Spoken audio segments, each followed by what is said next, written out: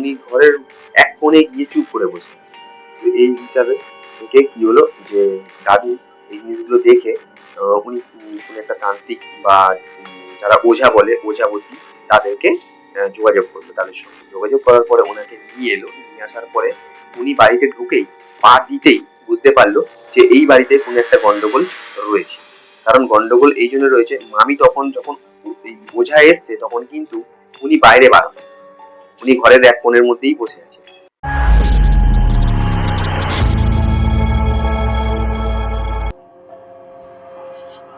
নমস্কার, horror story with পবিত্রতে সকলকে জানাই স্বাগত।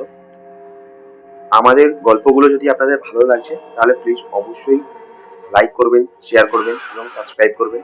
কারণ কি, যদি আপনারা লাইক সাবস্ক্রাইব করেন বা শেয়ার করেন তবেই কিন্তু আমরা আস্তে আস্তে চ্যানেলটা গ্রোথ করতে পারবো।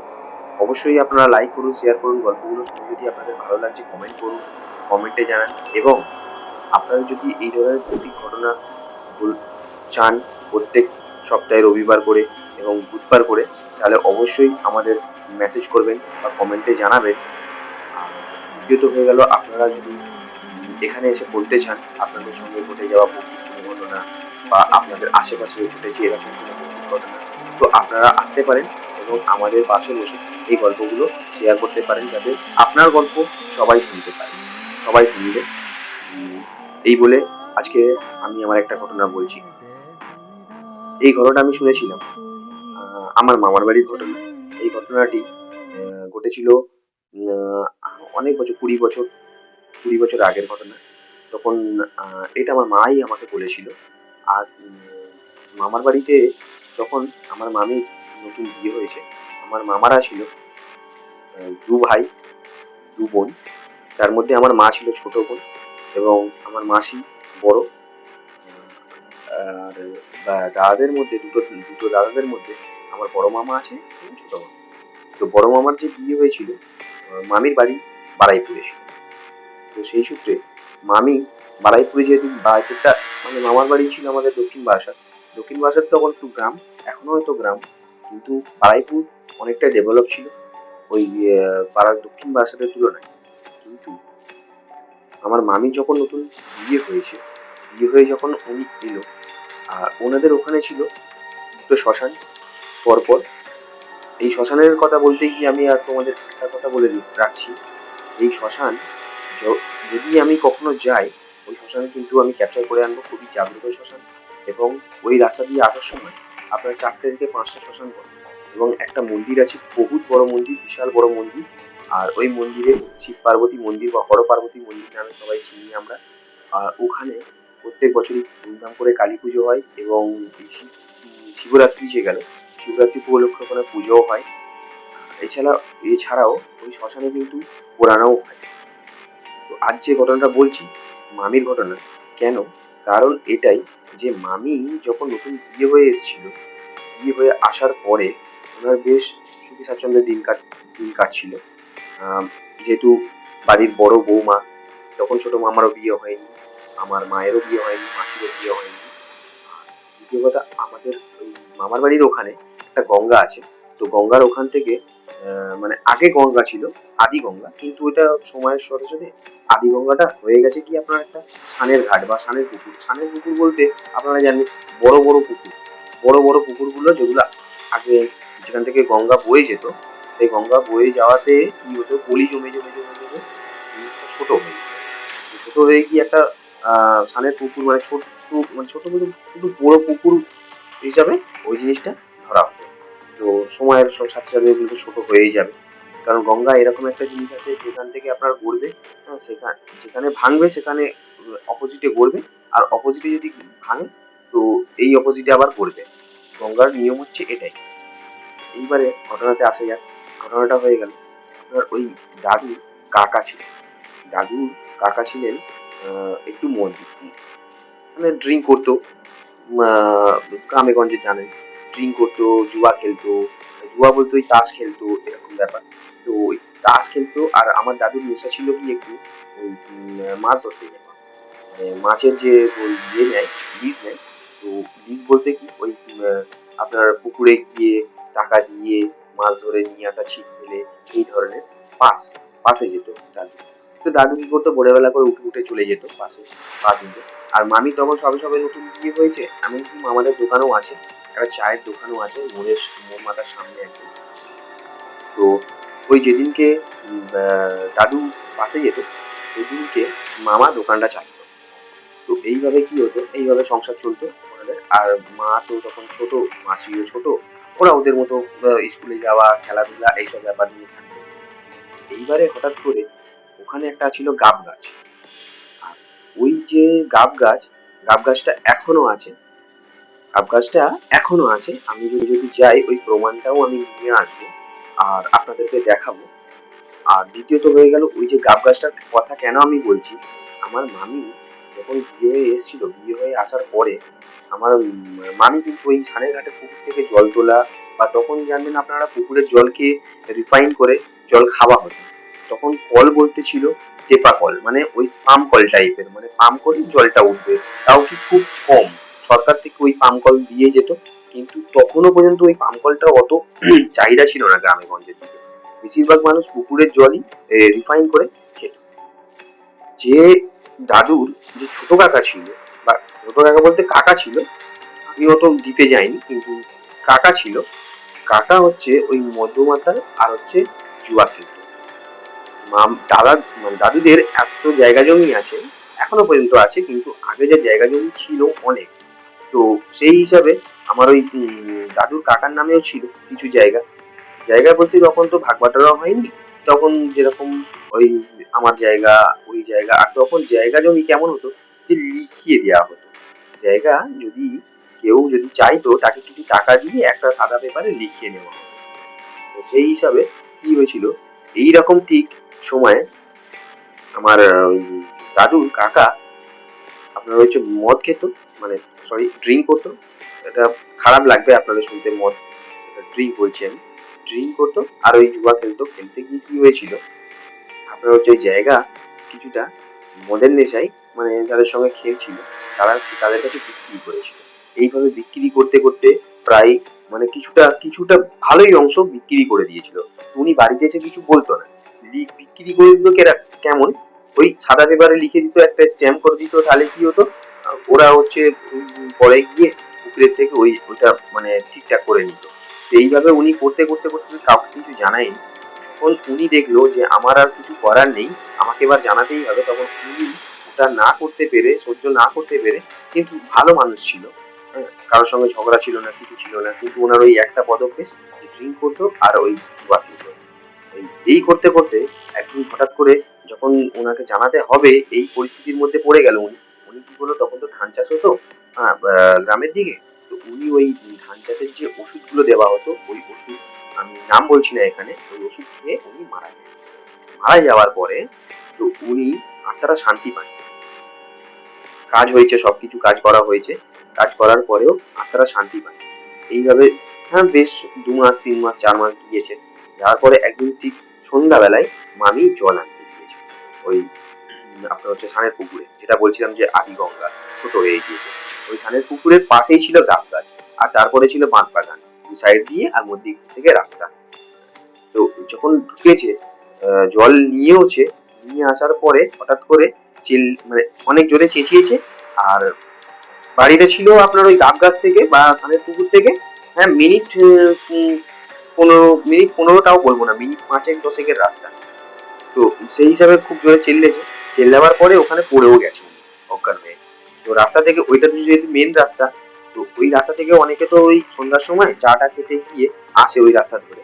তো কেউ একজন দেখতে পেয়েছে, দেখতে পেয়ে মামিকে সাথে করে নিয়ে এসছে, বা নিয়ে এসে ঘরের মধ্যে চেল্লামেল্লি করেছে যে হ্যাঁ এরকম বাড়ির নতুন বউ এই হয়েছে, হ্যাঁ ওখানে অজ্ঞান হয়ে পড়ে আছে, তোমরা কেউ জানো না, বা ওনাকে রাত্রিরে ছেড়েছো, এখনো 6 মাস 7 মাস হয়নি, কি হয়েছে, এইভাবে বলেছে। বলার পরে ওরা তো জানে না, মামার বাড়ির লোক জানে জল আনতে গিয়েছে, অতটা কেউ খোঁজ খবরও নেয়নি। মামা আছে দোকানে, ছোট মামা আছে, ছোট মামা হয়তো বন্ধুবান্ধবের সঙ্গে আড্ডা মারছে, আচ্ছা মা মাসি এরা সব হয়তো পড়তে ব্যস্ত, হ্যাঁ কেউ খেলতে ব্যস্ত, এরকম। তখন জানবেন আপনার ওই গ্রাম বাংলাতে ওই ঠিক সন্ধ্যে 6টা বা 6:30 বাজে, মানে গভীর রাতের মতো আকার নিত। তো সেই হিসাবে কি হতো, অনেকে ঘুমিয়েও পড়তো, অনেকে বা পড়তো, যদি কেউ পড়ার ইচ্ছা থাকতো পড়তো লম্পট ছেলে এরকম। তো সেই হিসাবে হয়ে গেল হঠাৎ করে ওই জিনিসটা ঘটার পরে মামি বেশ দুদিন ঠিক ছিল, 2-3 দিন ঠিক ছিল। তারপরে হঠাৎ করে মামির পুরো রূপটা চেঞ্জ, মানে রূপ বলতে আপনার পুরো ভাবটা, বডি ল্যাঙ্গুয়েজটা পুরো চেঞ্জ হয়ে গেল। চেঞ্জ হয়ে গেল এই ধরনের যে ওনাকে যদি ভাত খেতে ডাকা হয় উনি খাবে না। হ্যাঁ, হঠাৎ করে এই জিনিসগুলো বেড়ে গেল। তো যদি কিছু বলা হয় উনি মানে চোখটা এমন বড় বড় বড় বড় করে দেখবে, এই মানে বোঝাই যাবে যে হ্যাঁ এখানে কিছু একটা প্রবলেম হয়েছে। বা হঠাৎ করে ডাকছে রাত্রিরে, আপনার হচ্ছে খাবার দিতে বা খাবার বাড়তে, যেহেতু বাড়ির নতুন বউ, খাবার দেওয়া খাবার বাড়া এই জিনিসগুলো থাকে। তো উনি এমন ভাবে কথা বললেন, না আমি খাবার দেবো না, এরকম ভাবে। তো এই জিনিসগুলো চলতো। তো এইগুলো হতে হতে হতে হতে একদিন হঠাৎ করে এতটাই বেড়ে গেল যে উনি দেখলো রাত্রিরে খাবার না খেয়ে বা কাউকে খেতে না দিয়ে উনি ঘরের এক কোণে গিয়ে চুপ করে বসে আছে। তো এই হিসাবে থেকে কি হলো যে দাদু এই জিনিসগুলো দেখে উনি কোনো একটা তান্ত্রিক বা যারা ওঝা বলে, ওঝা বুদ্ধি, তাদেরকে যোগাযোগ করলো, তাদের সঙ্গে যোগাযোগ করার পরে ওনাকে নিয়ে এলো। নিয়ে আসার পরে উনি বাড়িতে ঢুকেই পা দিতেই বুঝতে পারলো যে এই বাড়িতে কোনো একটা গন্ডগোল রয়েছে। কারণ গন্ডগোল এই জন্য রয়েছে, মামি তখন যখন এই ওঝা এসছে তখন কিন্তু উনি বাইরে বার, উনি ঘরের এক কোণের মধ্যেই বসে আছে।